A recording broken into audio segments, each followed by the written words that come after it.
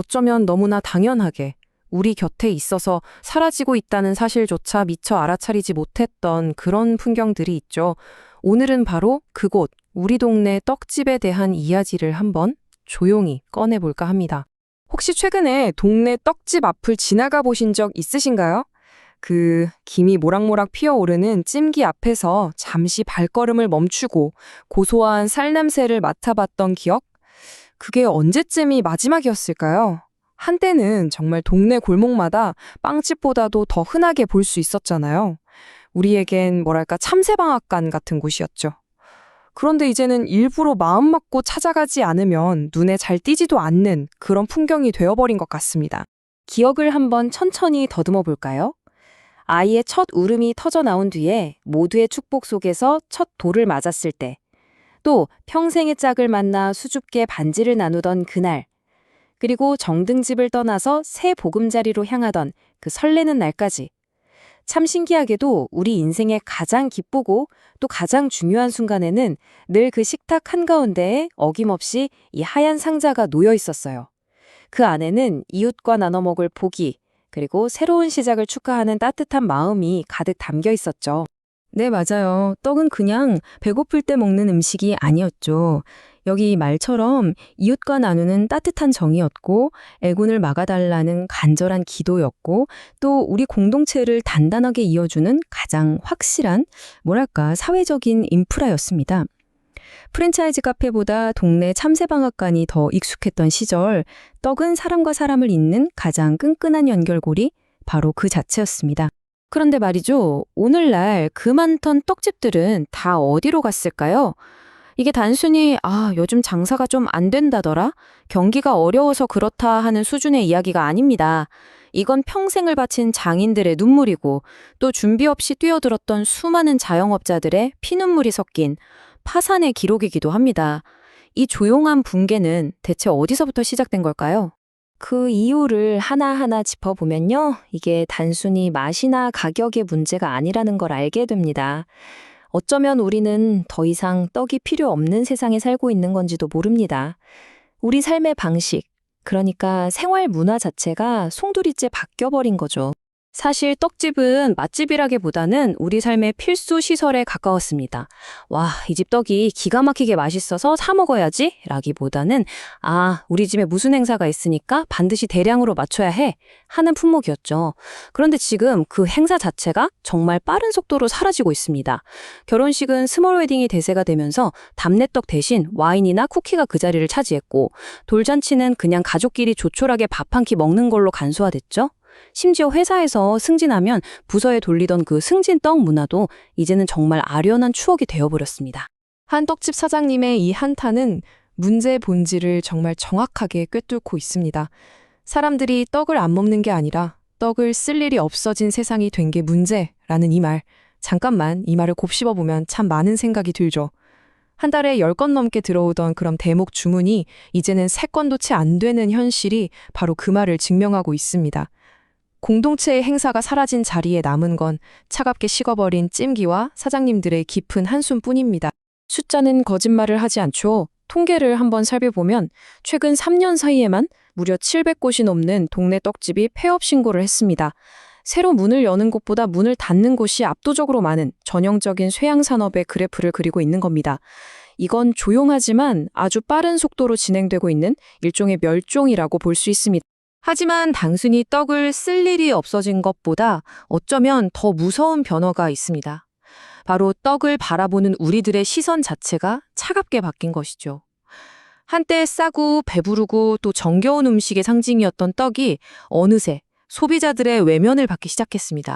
소비자들의 반응은 차갑다 못해 날카롭습니다. 아니, 가격은 빵보다 비싸지는데 크기는 왜 이렇게 점점 작아져요? 하는 불만이 터져 나오고요. 여기에 국산 쌀 쓴다고 하는데 진짜 믿을 수 있는 건가? 하는 불신이 더해집니다. 그리고 결정적으로 건강에 대한 인식이 바뀌었죠. 한때 건강식으로 여겼던 떡이 이제는 혈당을 급격히 올리는 살찌는 음식이라는 낙인이 찍혀버린 겁니다. 이렇게 차갑게 변해버린 시장의 흐름을 미처 읽지 못한 채 자신의 모든 것을 걸었던 사람들도 있습니다. 그 굳게 닫힌 문 뒤에는 과연 어떤 이야기들이 숨어 있을까요? 평생 모은 돈을 잃어야 했던 그분들의 목소리에 잠시 귀를 기울여 보겠습니다. 여기 한 남자의 이야기가 있습니다. 은행에서 32년간 일하면서 정말 수많은 자영업자들의 성공과 실패를 곁에서 지켜봤던 스스로 돈의 전문가라고 자부했던 김철수 씨.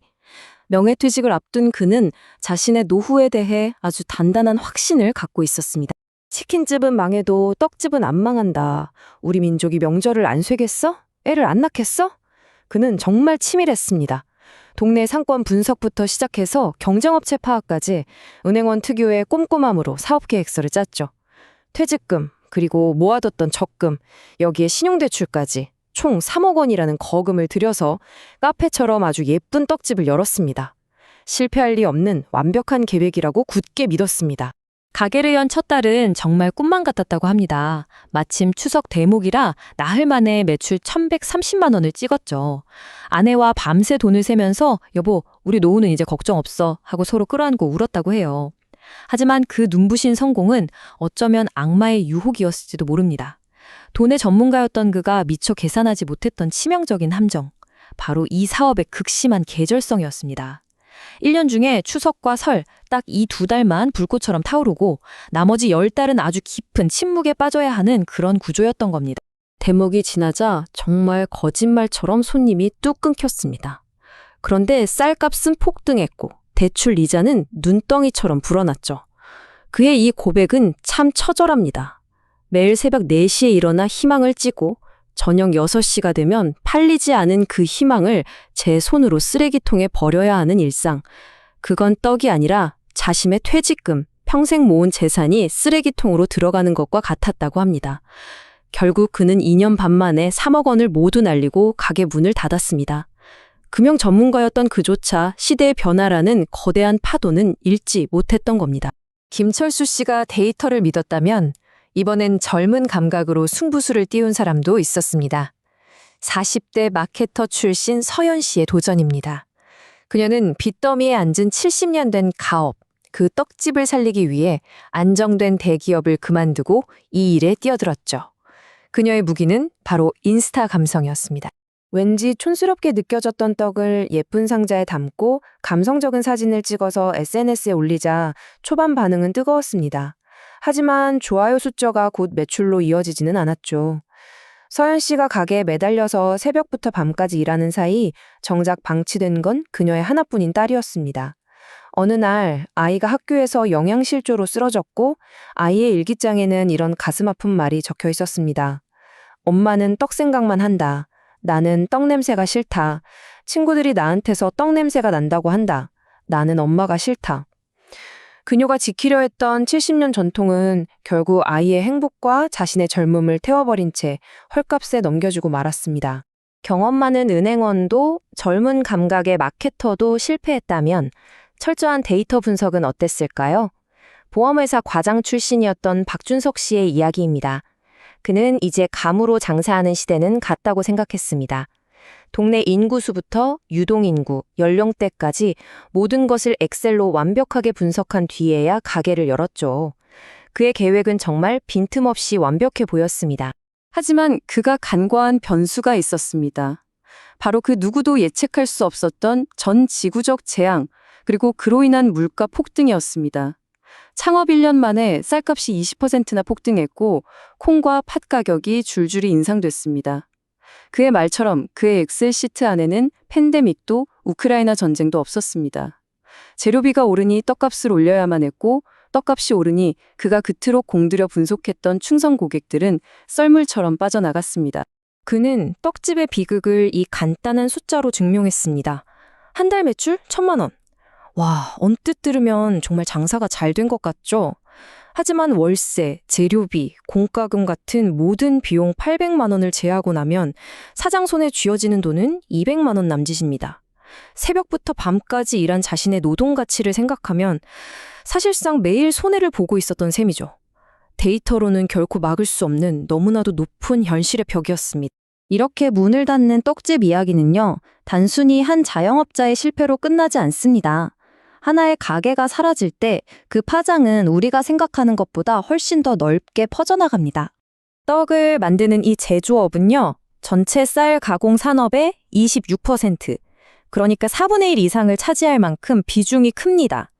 다시 말해 동네 떡집이 무너지면 그곳에 쌀을 납품하던 농가가 타격을 입고 또 떡 만드는 기계를 만들던 공장이 멈춘다는 뜻입니다. 우리 동네 경제 생태계의 한 축이 와르르 무너져 내리는 것과 같습니다. 이 참혹한 전쟁터에서 모든 것을 잃고 나온 이들이 배운 교훈은 하나였습니다. 바로 이 말처럼 전통이라는 말에 속지 마라. 소비자는 추억을 존중할 뿐 비싼 돈을 내고 사주지는 않는다는 냉정한 현실. 그리고 사장님이라는 자존심보다 땀 흘려 버는 월급이 어쩌면 더 소중할 수 있다는 그런 뼈아픈 깨달음이었습니다. 어쩌면 이 동네 떡집의 사라짐은 우리가 더 이상 이웃과 무언가를 나눌 여유가 없는 시대로 접어들었음을 보여주는 작은 신호일지도 모릅니다. 오늘 이 이야기를 들으시면서 마지막으로 질문을 하나 드려봅니다. 마지막으로 동네 떡집을 본 게 언제쯤이었나요? 그리고 그 가게는 지금도 그 자리에 그대로 있나요? 우리 주변을 한 번쯤 돌아보게 되는 그런 시간이 되었으면 합니다.